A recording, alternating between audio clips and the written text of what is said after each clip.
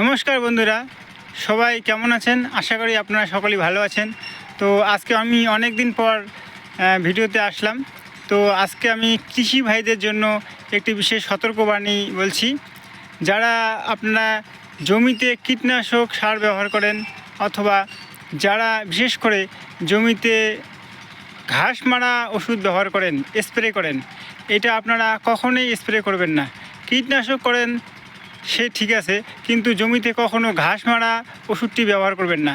কারণ এটা বিজ্ঞানগতভাবে প্রমাণিত যে একদিন আপনারা যদি ঘাস মারা স্প্রে করেন তাহলে জমির 10% যে উর্বরতা শক্তি সেটা নষ্ট হয়ে যায়।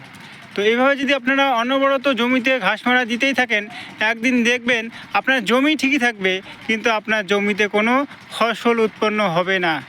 এটা যদি প্রমাণিত না হয়, এটা যদি সঠিক কথা না হয়, তাহলে আপনারা দেখবেন যে ঘাস মারা দেওয়ার পর যে জমিতে আপনি ঘাস মারা দিবেন সেখানে দেখবেন তার যে উর্বরা শক্তি সেটা কীভাবে কমে গেছে, কীভাবে টের পাবেন?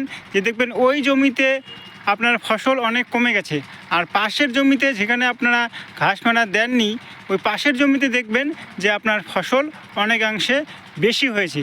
তো এটাই গেল ফসলের দিক থেকে। আর উর্বরতা শক্তি দেখবেন যে 5 বছর আপনারা কন্টিনিউ ঘাস মারা দেওয়ার পরে আপনারা দেখবেন যে ওই জমিতে বিঘা পিছু আপনাদের 5 থেকে 7 মণ ফসল কমে গেছে। তো এটা আমি আপনাদের সতর্কবাণী দিচ্ছি। তো যত কষ্ট হোক, একটু সময় বেশি লাগুক, আপনারা জমিতে কখনও ঘাস মারা ওষুধ দেওয়ার চেষ্টা করবেন না। যতটা পারবেন হাত দিয়ে সেটাকে আগাছাগুলোকে, গাছগাছারাকে তুলে দেওয়ার চেষ্টা করবেন।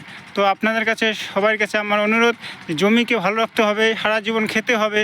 তো ওই সময় বাঁচানোর জন্য জমির উর্বরতা শক্তি কিন্তু আমরা নষ্ট করব না। তো সবাইকে নমস্কার, সবাই ভালো থাকবেন এবং জমিতে কখনো ঘাস মারা ওষুধটি ব্যবহার করবেন না।